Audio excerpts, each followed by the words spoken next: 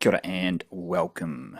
We are starting the flow, starting the innings of some Kiwi cricket chats here. So stay tuned. We'll see how we go with the schedule, but I just want to touch on a few Kiwi cricket things that have been top of mind for me with recent events, and that starts with the Women's World Cup. We've got a White Ferns squad that was named.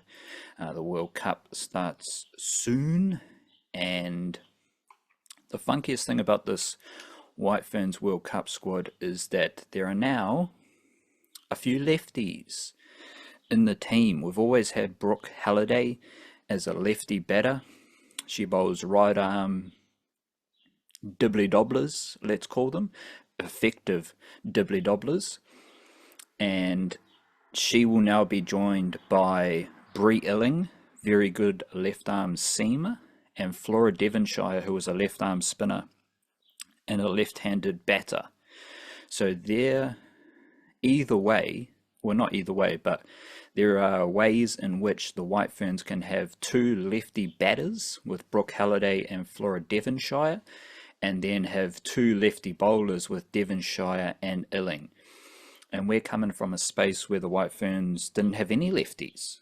And then Halliday emerged as the only lefty. And now there are two lefty batters, two lefty bowlers in the White Ferns World Cup squad. Just zooming in on that a bit, very interested in the White Ferns middle order. Brooke Halliday is a pretty good lefty batter, but she will be joined by Maddie Green, who she just keeps getting better, but she's added some power to her batting in recent years, and I think Maddie Green is the most important White Ferns player because she's experienced. She can bat in a variety of positions. She can adapt to the situation of the innings. She can grind out an innings, but now she's also got that hyper-aggressive boundary smashing thingy-majig to her game as well. And Sophie Devine, I think, will bat in the middle order. My top three are Susie Bates, Georgia Plummer, Amelia Kerr. And then you're getting into Brooke Halliday, Maddie Green, and Sophie Devine. I'm not sure about where they're going to bat. I'm not sure about their combinations, but I expect those three to be in the middle order. And we know what Sophie Devine can do. So I'm curious about how that middle order. Zoom in on Flora Devonshire. Devonshire was kind of selected ahead of Fran Jonas, if we just boil it down to that simple nugget. And that's all good because I think Devonshire is just as good at lefty spin, if they do spin it, as Fran Jonas, but she is a much better batter and a much better fielder. So last summer in the HBJ Shield, Devonshire averaged 17.5 with the ball, Fran Jonas averaged 41. Last summer in the HBJ Shield, Devonshire averaged 33 with the bat, Jonas averaged 13. So that just tells you all you need to know about Flora Devonshire and Fran Jonas, but I don't think Devonshire will be a first 11 player at the World Cup. But she's a crafty, powerful, punchy batter and a pretty decent left arm tweaker. I reckon she is just as good at left arm bowling as Fran Jonas, better fielder, better batter. And then we get into Bree Illing, who, along with Rosemary Mayer, they were selected ahead of Hannah Rowe and Molly Penfold. But I want to just boil it down to Illing versus Penfold. And I reckon Illing's better. She's got the lefty thing. She bowls just as fast and bouncy as Molly Penfold. And they were in, and Bree Illing's already got the best one-day list day career average, 26. Molly Penfold's averaging 32. And Molly Penfold hasn't really dominated ODI cricket yet. She's averaging 49.1. Illing, to start her career, small sample size, she is averaging 29. Again, at the very least, they're quite similar, but Illing, she's in form and she's a lefty. So those are some factors that probably led to her selection. I'm not sure about the Mayer Penfold dynamic. I'm not sure why Hannah Rowe was overlooked, but just zoning in on those lefties, I do think that Brie Illing is just as good as Molly Penfold, but she's got the lefty thing, good swing. She's a bit of a swinger with the new ball. Obviously, as a lefty, most lefties are, but she can dig it in, bowl a bit of heat, bowl a bit of bounce, and she has been very good in New Zealand domestic cricket for a couple of years now. She added really good super smash mahi last summer, and then she stepped up to the White Ferns and did a good job for the White Ferns last summer as well. Then we've got the Black Caps T20 squad, and I only want to focus on one thing, one player, and that player is the guy who I think is New Zealand's best batter in all formats. Rachin Ravindra from Wellington, 25 years old. He is in this T20 squad to play against Australia, and he has added T20 development to an exceptional start to his career. If we're talking about the best emerging young batters in the world, Rachin Ravindra has to be, to me, from Aotearoa. He's at the top of the list. I mean, he averages 60 plus in the World Cup and the Champions Trophy with a strike rate over 100.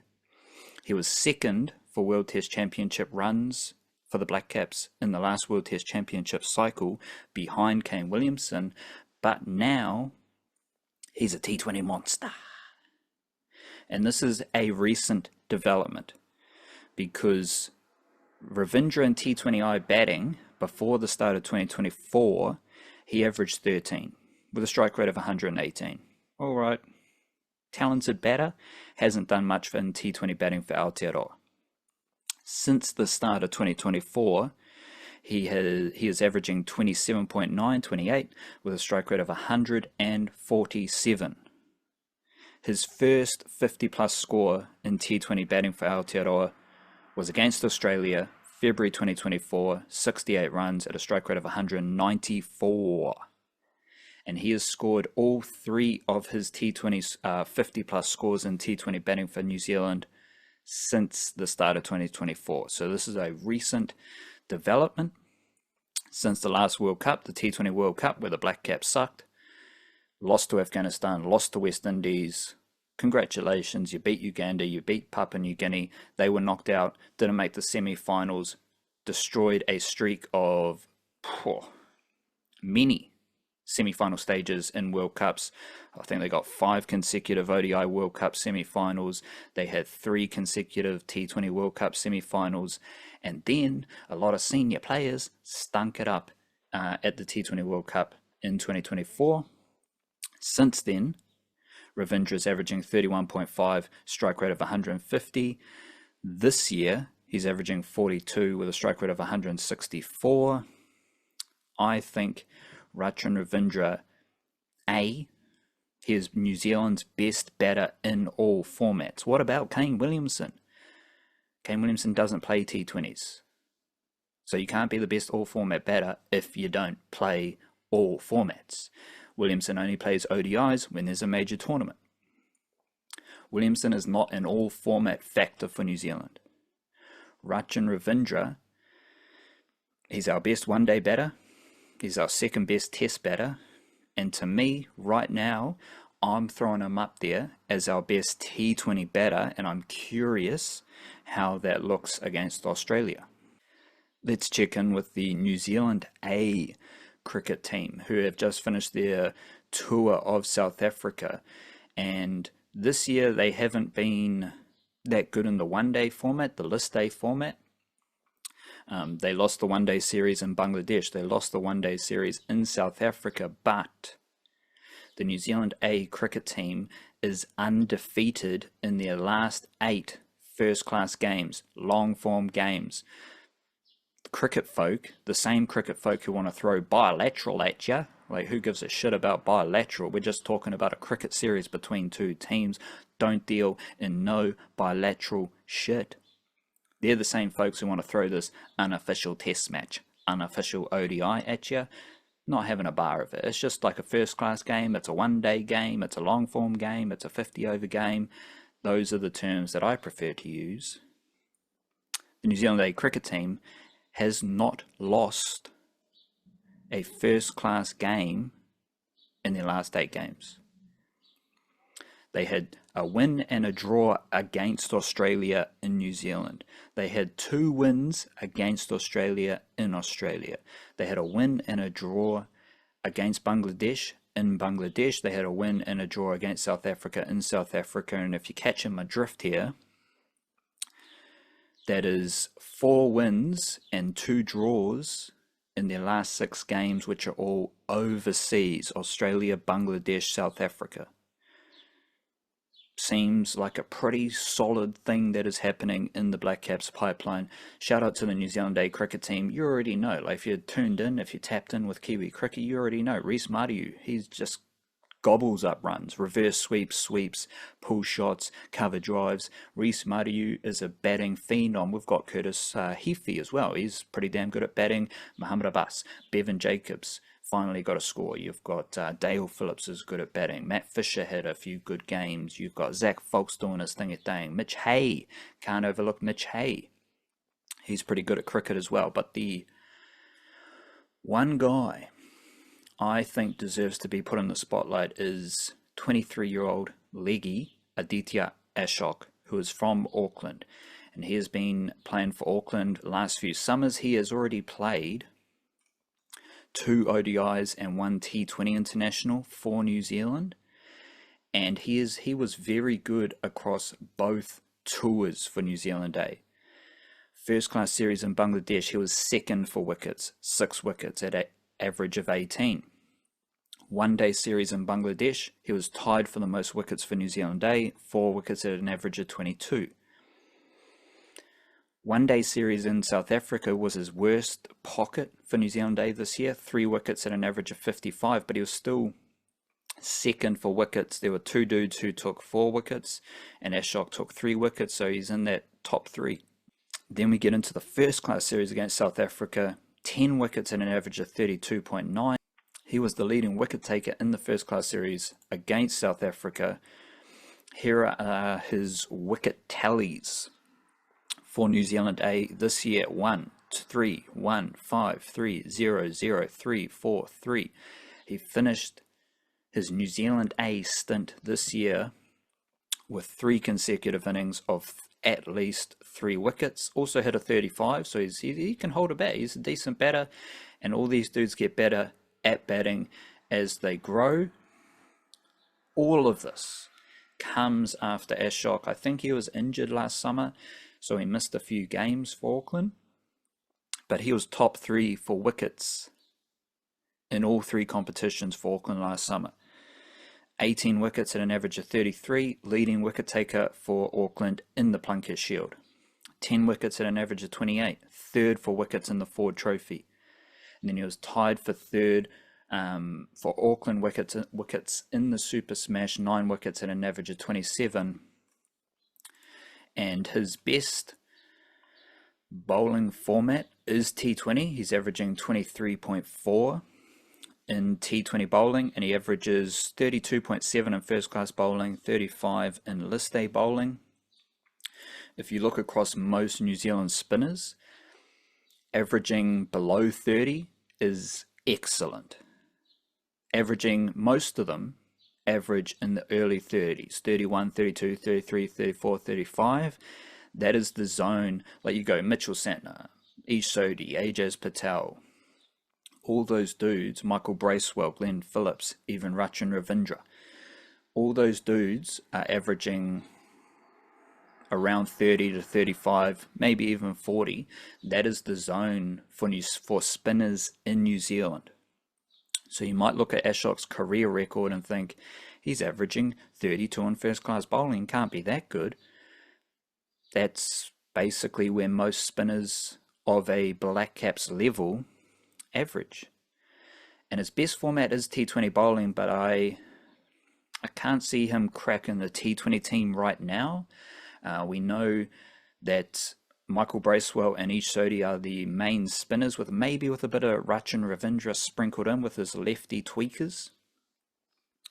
They're going to play against Australia, and right now, in September 2025, this is Ish Sodhi's best year of T20 international bowling.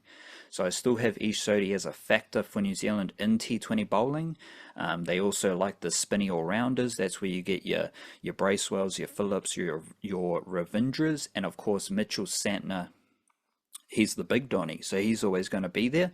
So I think there's a fair bit of competition. And if we're going in the other formats, like, it's hard to see Ashok getting a crack as well, unless there's injuries, because like you got a test series against the West Indies, probably going to get Santner.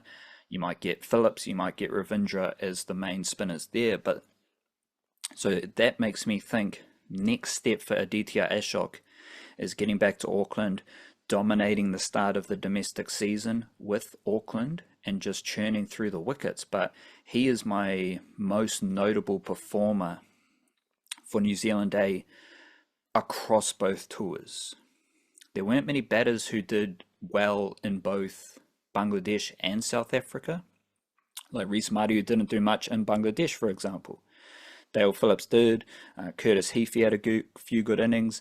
Nick Kelly had 2 centuries in Bangladesh but didn't do much in South Africa. Mitch Hay was solid in both countries. One of the best bowlers in Bangladesh was Christian Clark. He wasn't part of the South Africa tour. One of the best players overall in Bangladesh was Dean Foxcroft. He wasn't in South Africa. Matt Fisher, he wasn't in Bangladesh. Bevan Jacobs, he wasn't in Bangladesh. So one of the dudes who does stand out in performing at a high level in both countries, very spin favourable conditions in Bangladesh, and then kind of more batty conditions in South Africa. The dude who stands out to me is Adithya Ashok, and he had a pretty good summer last summer dealing with adversity. I think he had a stint in the wider Black Caps squad to finish the summer. He has been very good in the 2 overseas tours. And when you look at his first class stats for New Zealand A, average second leading wicket taker in Bangladesh, leading wicket taker in South Africa. New Zealand A didn't lose any of those games. In fact, they had 2 wins and 2 draws. Ashok was a large factor in that, and Adi Ashok is on the rise as a Kiwi spinner. Stay tuned. We'll pop up maybe next week what happens, depending on what happens over the next week with Kiwi cricket, but stay tuned. We're always here chatting, thinking, pondering, meditating upon Aotearoa cricket. Big up to you, Cowabunga, Talofa Lava, Yoza.